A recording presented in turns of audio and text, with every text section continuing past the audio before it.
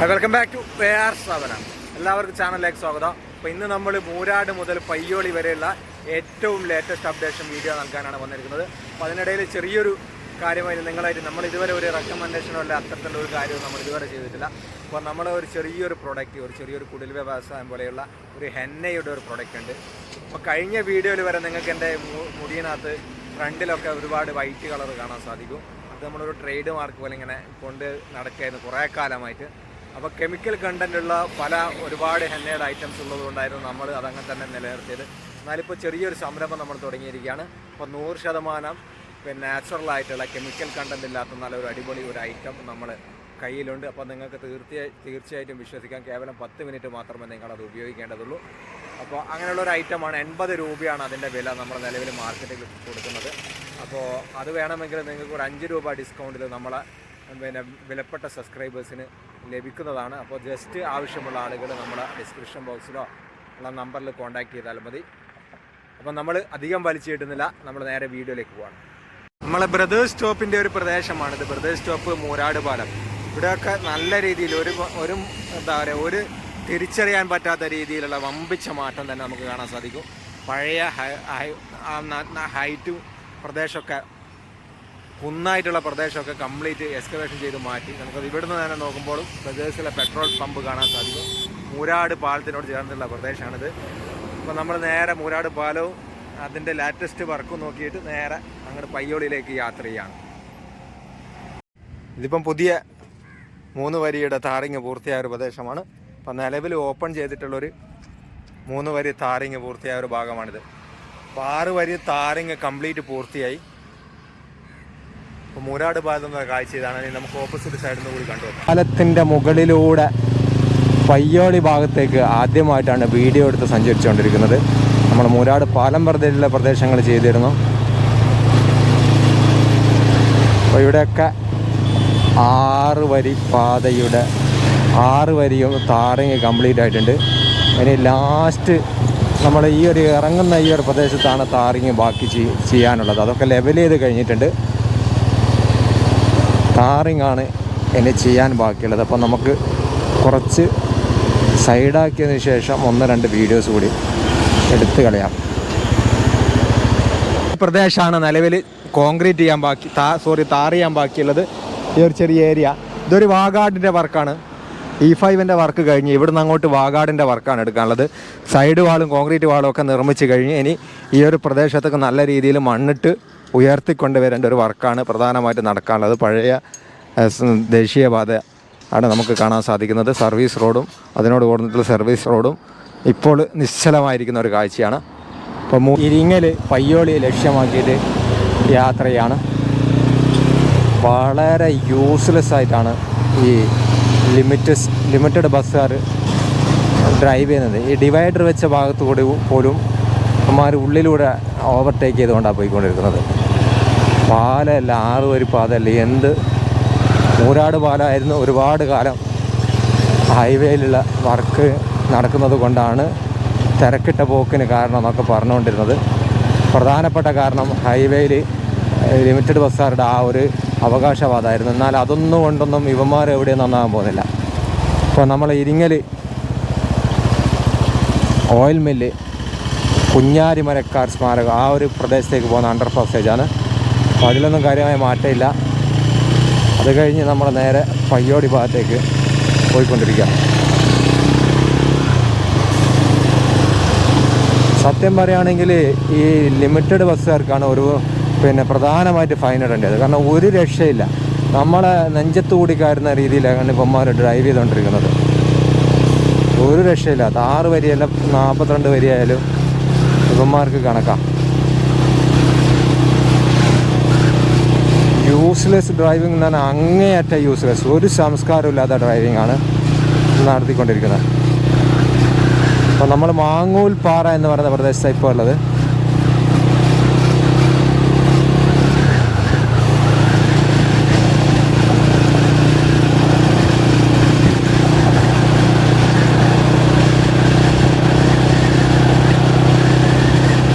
ഇവിടെയൊക്കെ 6 വരി പാതയുടെ വർക്ക് നേരത്തെ പൂർത്തിയായതാണ്. അതുപോലെ തന്നെ നിലനിൽക്കുകയാണ്. പിന്നെ 3 വരി പാതയൊക്കെ ഓപ്പൺ ചെയ്തിട്ടുണ്ട്. മൂരാട് പാലം തൊട്ടിട്ട് പയ്യോളി ദേശീയപാത വരെ നിലവിൽ വാഹനങ്ങൾക്ക് യാതൊരു പ്രയാസമില്ല. ഒരു ട്രാഫിക് ബ്ലോക്കോ പ്രശ്നങ്ങളോ കാര്യങ്ങളോ ഒന്നുമില്ല. കാരണം മിനിമം 3 വരി പലയിടത്തായിട്ട് ഓപ്പൺ ചെയ്ത് കൊടുത്തിട്ടുണ്ട്. പിന്നെ നമ്മൾ അണ്ടർ പാസേജ് മൂരാട് മുതൽ പയ്യോളി വരെ എത്ര അണ്ടർ പാസേജ് ഉണ്ടെന്ന് വെച്ചാൽ, ഒന്ന് നമ്മൾ ഓയിൽ മില്ല് പരിസരത്താണുള്ളത്.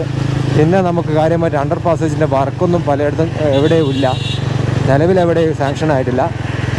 പിന്നെ ഓരോ അണ്ടർ പാസേജിന് വേണ്ടിയിട്ട് സമരങ്ങളും പ്രശ്നങ്ങളൊക്കെ നടന്നുകൊണ്ടിരിക്കുന്നുണ്ട്. സത്യം പറയുകയാണെങ്കിൽ വലിയൊരു പോരായ്മ തന്നെയാണ് മൂരാട് മുതൽ പയ്യോളി വരെയുള്ള പ്രദേശത്ത് അണ്ടർ പാസേജ് ഇല്ല എന്ന് പറയുന്നത്. കാരണം ഏകദേശം ഒരു 6 കിലോമീറ്ററിൻ്റെ അടുത്ത് മൂരാടിട്ട് പയ്യോളി വരെ ഉണ്ട്. അപ്പോൾ അത്രയും കിലോമീറ്ററിന് അടുത്തുള്ള, അപ്പോൾ നമ്മുടെ സ്കൂള് ബന്ധപ്പെട്ട ഒരുപാട് സ്ഥാപനങ്ങളൊക്കെ ഉണ്ട്. അവരോടൊക്കെ അങ്ങോട്ടും ഇങ്ങോട്ടും 2 പ്രദേശങ്ങളെ തമ്മിൽ ബന്ധിപ്പിക്കുന്ന ഒരു ആക്സസ്സാണ് നഷ്ടപ്പെട്ടത്. ഇരിങ്ങൽ സത്യം പറയുകയാണെങ്കിൽ ഒരു അണ്ടർ പാസേജ് വരേണ്ടതായിരുന്നു. പിന്നെ ഇതൊക്കെ ഒരുപാട് നമ്മളെ ജനപ്രതിനിധികളെ വലിയ പോരായ്മയാണ്. കാരണം മറ്റൊന്നുമല്ല, നമ്മൾ ഹൈവേയുടെ വർക്ക് നടക്കുന്നതിന് മുന്നേ കൃത്യമായിട്ടുള്ള അതിൻ്റെ പ്ലാനും കാര്യങ്ങളൊക്കെ ബന്ധപ്പെട്ട അധികൃതർക്ക് കിട്ടും. അപ്പോൾ അത് കൃത്യമായിട്ട് അവർ പരിശോധിക്കേണ്ടതും, എവിടെയൊക്കെ അണ്ടർ പാസേജ് വേണം, എവിടെയൊക്കെ ജനങ്ങൾക്ക് ആവശ്യമുണ്ട്, ഇതൊക്കെ ജനപ്രതിനിധികളെ ഉത്തരവാദിത്തമാണ്. അതിനാണ് നമ്മളവരെ വോട്ട് ചെയ്ത് വിജയിപ്പിച്ച് പറഞ്ഞയക്കുന്നത്. അല്ലാണ്ട് ലാസ്റ്റ് ദേശീയപാതയുടെ വർക്കൊക്കെ കഴിഞ്ഞ് ഉദ്ഘാടനത്തിൻ്റെ തലേന്ന് ഇവിടെ അണ്ടർ പാസേജ് വേണം, മറ്റിടത്ത് ഓവർ പാസേജ് വേണം, മറ്റിടത്ത് ഡ്രാനേജ് ഇതിൽ ഇറക്കി വിടാൻ പറ്റില്ല, ഇതൊക്കെ പറഞ്ഞ് സമരം ചെയ്യേണ്ട ആളുകളല്ല നമ്മളെ ജനപ്രതിനിധികൾ. ഇവിടെയൊക്കെ നിലവിൽ അണ്ടർ പാസേജ് വേണമെന്ന് പറഞ്ഞുകൊണ്ട് സമരം നടക്കുന്ന പ്രദേശമാണ്. അതുകൊണ്ടാണ് ഇവിടെയൊക്കെ വർക്ക് നടക്കാതെ പകുതി വഴിയിൽ കിടക്കുന്നത്.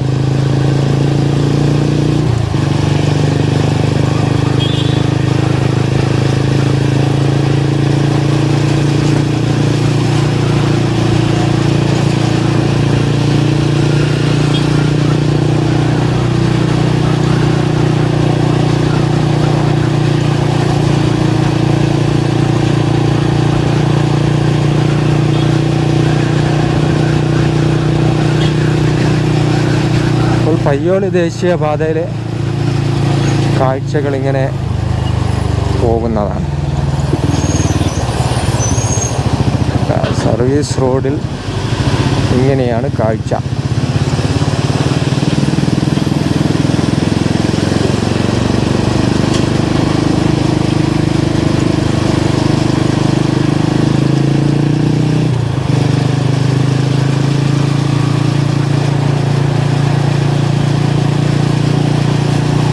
മാഹി ദേശീയപാതയിലൊക്കെ 6 വരി പാത ഉദ്ഘാടനം ചെയ്തിട്ടുണ്ടെങ്കിലും അവിടെയൊന്നും ഭൂരിപക്ഷം ആളുകൾക്കും ഡ്രൈവ് ചെയ്യാൻ അറിയില്ല. അതാണ് സത്യം. ട്രാക്കിൽ പിടിക്കേണ്ടതിന് പകരം ഈ 2 ട്രാക്കിൻ്റെയും നടുവിൽ പിടിക്കുന്ന ആളുകളുണ്ട്. എക്സിറ്റ് ആൻ്റെ ഭാഗത്തുകൂടെ എൻട്രി ചെയ്ത് കയറി വരുന്ന ആളുകളുണ്ട്. അതേപോലെ എൻട്രി ആൻ്റെ ഭാഗത്തുകൂടി ഇറങ്ങിപ്പോകുന്ന ആളുകളുണ്ട്. അതൊക്കെ വലിയ അപകടം ഉണ്ടാക്കും. അതേപോലെ ട്രാഫിക് ബ്ലോക്കുകൾ ഒഴിവാക്കാനാണ് ആകെ 6 വരി ദേശീയപാത ഉള്ളത്. പക്ഷേ ഇത് വീണ്ടും ഊരാക്കുടുക്കിലേക്ക് കൊണ്ടുപോകുന്ന ഒരു സാഹചര്യമാണ് പല ഡ്രൈവേഴ്സിൻ്റെ ഭാഗത്തും നമുക്ക് കാണാൻ സാധിക്കുന്നത്.